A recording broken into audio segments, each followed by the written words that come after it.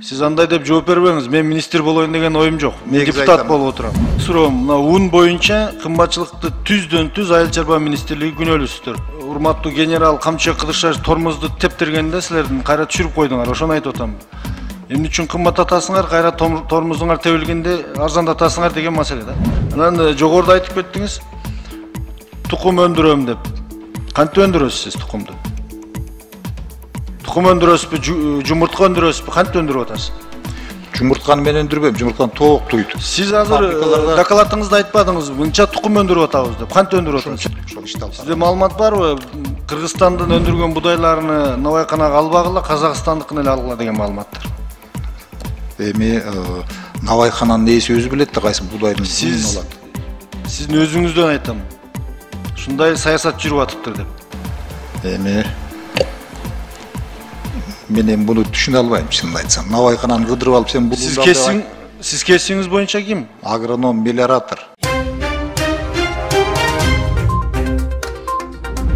Урматтуу Москва шаарындагы мекендештер, эгерде сиз жакын арада Казакстанга чыгып келүүнү ниет кылсаңыз, сизге тажрыйбалуу, дасыккан айдоочу Байел мырзаны сунуштайбыз. Биздин Альфард заманбап унаалар сиздердин кызматыңыздарда. Узак жолдо сиз үчүн ыңгайлуу жана кенен. Алдын ала документти кара тизмеден текшеребиз. Мөөнөт өтүп кеткен документтерге жардам беребиз. Без пересадкасыз өзүбүз түз алып кирип чыгабыз. Биздин дарек метро проспект Мира 39А. Толук маалымат +7 906 342 44 74. Саламатсыздар, урматтуу депутаттар. Аскарбек Сапарбекович, Айыл чарба министрлигинин 1 жылдык бюджети канча?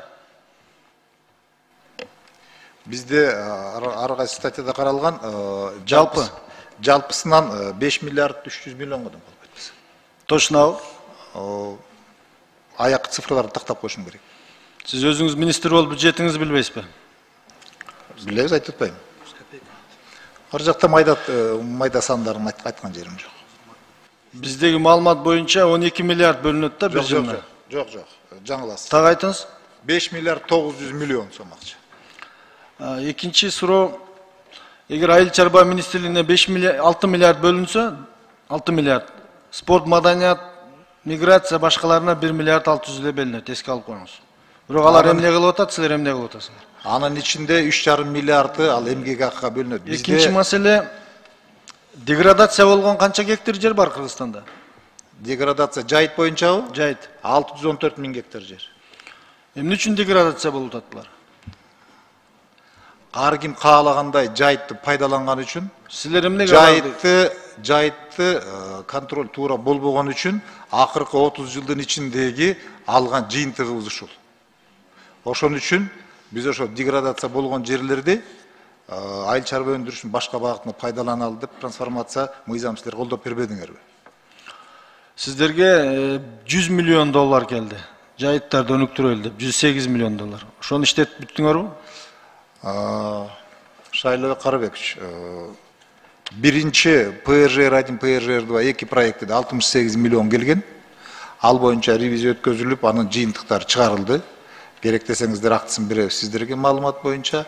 Андан кийинки проект дагы тиги 50 миллион сом, 50 миллион доллар. Анын дагы эффективдүүлүгү боюнча биз сиздерге маалымат беребиз. Министрлик ошо эки проекттен эффективдүү эмес деген жыйынтыкка келип атабыз биз. 1 жылдан бери ошонун маалыматын сурап атабыз. Жана жыйынтыгын. Маалымат даяр. Кат жүзүндө толук берип коюңуз. Макул.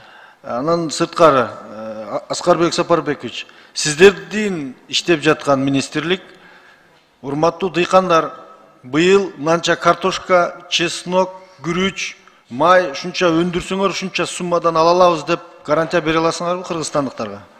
Биздеги Кыргызстандагы болгон жерлерге, областтар боюнча, райондор боюнча пландарын түшүрүп берип атабыз. Бирок момунча сомдон алабыз деп айта албайбыз. Неге? Яны эч ким айта албайт. Бул айта албасаңыз эмне үчүн министрликти кармап отурасыз? Бул дүйнөдөгү базардагы бааларга байланыштуу болот. Аны сиз да айта албайсыз, министр болсоңуз дагы эч ким айта албайт. Сиз андай деп жооп бербеңиз. Мен министр болоюн деген оюм жок. Мен депутат болуп отурам. Мен сизден сурап атам. Айыл чарба министрлиги кайсы мамлекеттер менен мынчадан өткөрөбүз деп сүйлөштүңөр. Мынча дыйкан чарбаларды мынчадан эккиле. Силер прогноз бербесеңер эмне кылып отурасыңар анда? Биз көлөмдөр боюнча прогноз бере алабыз, Шайлыбек Карабекович, а баалар боюнча бере албайбыз. Баа базарды өзүңүз билесиз. Ошону бергенге жетишиңиз менин каалоом сизге. Рахмат. Анан жогоруда айтып кеттиңиз, тукум өндүрөм деп.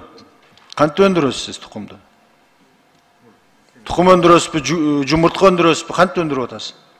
Жумуртканы мен өндүрбөйм, жумуртканы тооктуйт. Сиз азыр докладыңызда айтпадыңызбы, мынча тукум өндүрүп атабыз деп. Кантип өндүрүп атасыз? Ушунча жумуртка алынды дейт. Биздеги болгон птицефабрикалардагы тооктордун санынын көбөйүшүнө жараша болот. Канча птицефабрика бар сизде? Ошолорго биз мамлекеттик бюджеттен колдоо көрсөтүп, ошол жумуртка кластерына дагы каражат карап берип, анан берип атабыз.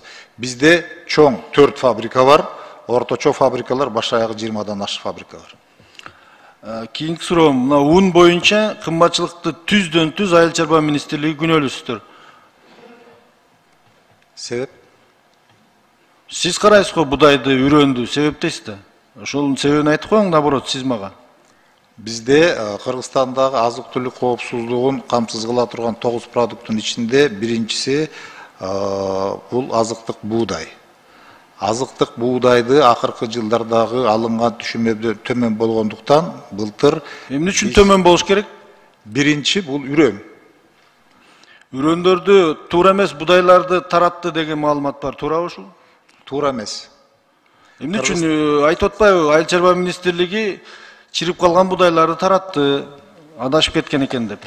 Эми айтса боло берет, бирок ал келген үрөндөрдүн баардыгы экспортер мамлекетте дагы анализден өткөзүлөт. Сатып алып аткан мамлекетте дагы расмий орган бар, ошону анализдеген. Ошол жыйынтыктардын негизинде алынат. Үрөндөрдүн баардыгы бүгүнкү күндөгү кылкандуу дан эгиндеринин селекциясынын жетишкендиги болгон үрөндөрдүн сорттору келген. Жок, силер кымбаттатып бердиңер унду, анан урматтуу генерал Камчыбек Кыдыршаев тормозду тептиргенде силердин кайра түшүрүп койдуңар, ошону айтып атам. Эмне үчүн кымбаттатасыңар, кайра тормозуңар тебилгенде арзандатасыңар деген маселе да. Эми базардагы бааны биз кымбаттатпайбыз да. Биз базардагы болгон азык-түлүктүн физикалык көлөмү жана кыргызстандыктардын сатып алууга ылайыктуу баада болушун аракет кылабыз биз. Ошол ишти алып. Сизде маалымат барбы? Кыргызстандын өндүргөн будайларыны Навайканага албагыла, Казакстандыкын эле алгыла деген маалыматтар. Эми Навайкананын ээси өзү билет да кайсы будайдын үнүн алат. Сиздин өзүңүздөн айтам. Ушундай саясат жүрүп атыптыр деп. Эми мен буну түшүнө албайм, чынын айтсам. Навайкананы кыдырып алып сен булундап. Сиз кесиңиз боюнча ким? Агроном, мелиоратор. Анда түшүнүшүңүз керек да, агроном болсоңуз. АТР боюнча жооп бериңиздер. АТР бүгүнкү күндө жайыттар менен талаш болуп атат. Бул багытта кандай маселе кыласыздар? Шайлыбек Арбеевич, АТР боюнча бизге да тапшырма түшкөн. Бул азырынча бүгүнкү күндө жанагы буга чейин айтылгандай жер кодекске өзгөртүүлөр кирип атат. Бул жайыт комитеттер боюнча. Ал эми азыр ушул райондор бириккенин негизинде, эгерде айыл өкмөттөр, кечиресиздер, айыл өкмөттөр бириккенин негизинде, эки айыл өкмөт биригип атса, ошонун ортосунда бир эле жайыт комитет иштеп атат. Кандай сунуш берип атасыңар? Аксыда кетмен көтөрүп бири-бири менен жайыт талашып атат. Кара сууда жайыт талашып атат. Кандай сунуш бересиңер? Же мораторий кылып туруш керекпи бул маселени 2 жылга? Бул боюнча биз дагы рабочий группаларда дагы биздин адистер да бар, жергиликтүү руарлар да катышып атат. Бул ошол биринчиден ошол кызыкчылыгын карап туруп, ошол ортодо аты дагы, анан ошол жайыт комитеттерден биригисүү дагы ошол иш алып барылып атат. Бирок жалпысынан бул жайыт комитеттер жоюлгандан кийин бул маселе жалпысынан дагы чечилет. Жоюлгандан кийин деп жомок айтпай, жоюш керек да 2 жыл болду, жоюгула деп атабыз. Акыркысы мына Бишкектеги Аламидин, Сверлов райондорунун ортосунда азыркы экинчи тема боюнча аябай чоң жер мафиясы урушуп атат, жазып алыңыздар. Келечек конушу, Төкөлдөш конушу, Акбата конушу барып көргүлө ошол жерде. Кичине калды от чыгып кеткенге. Сунушум урматтуу Элмирза Ракиевич. Биринчиден Айыл чарба министрлигинде будай боюнча, күйүүчү майлоочу майлар боюнча, үрөн, балык өндүрүү боюнча бардык жерде наразычылыктар бар. Бир да дыйкан арзандатылган кредит ала албайт. Таныш билиш. Ошондуктан бул Айыл чарба министрлигини реформалоо керек. Экинчиден кадр маселесин караш керек. Балким министр мурунку катып калган коррупционерлердин залогуна түшүп калды. Айыл чарба министрлигини суу чарба жана айыл чарбада өзгөртсө болот. Себеби суу аябай Кыргызстанда маселе көтөрүлүп атат. Же департамент кылып салыш керек буларды. Кылган иштин дайыны жок, кооз сөздөр, кооз докладдар. Айыл чарба министрлигине бүгүнкү күндө элде абдан көп нарат, өзүбүздөн таза продукция өндүрүлүп туруп, өзүбүздүн унубуз кымбат, майыбыз, сүтүбүз жана башкабыз дегендей. Кызыл камчысы бар бирөөнү коюш керекпи президентке сунуштап. Урматтуу Аскарбек Сапарбекович абдан билимдүү, маданияттуу, сабырдуу сүйлөгөн кадр болгондуктан бул президент администрацияда кагаз менен иштегенге жөнөтүш керек дагы. Резина өтүк кийип, куфайка менен эл аралай турган министрлерден, патриот балдардан таап коюш керек деп эсептейм мен. Кадр реформа маселесин сунушка кошуп койсоңуздар. Бүгүнкү күндө ушул банктардын ортосунда, мына дыйкандардын аралап барып көрсөңүздөр, билебиз алар таныш билиш менен өздөрүнө алып атат. Бир дыйкан мен мынча алып айыл чарба министри жардам берип өнүгүп кеттим мен деген бир пешене жылытаарлык сөздөрүн айтпай атышат. Мына баарыбыз айылда чоңойгонбуз. Кыштын, жаздын камын кышта көр дейт. Биз кышта мына жерде жогорку трибунада сүйлөгөндөрдүн бирин аткарышкан жок. Үрөн боюнча дагы, май боюнча да бүт кымбатчылыкка айыл чарба министри күнөөлүү бүгүнкү күндө. Мына жерлердеги областтагы жетекчилериңизди караңыз, урматтуу министр. Өзүңүз барып, суу боюнча дагы, токой боюнча дагы ветеринардык абалды абдан критикалап атышат бүгүнкү күндө. Чийки мыйзамдар болсо оңдоп берели. Кантип Кыргызстан агрардык мамлекет болуп туруп, биз ушул нерселерден, ундан, майдан жана башка нерселерден кымбатчылыкка батып калышыбыз керек. Ошон үчүн сизге мен демилгелүүлүктү, реформаны сурап кетет элем. Рахмат.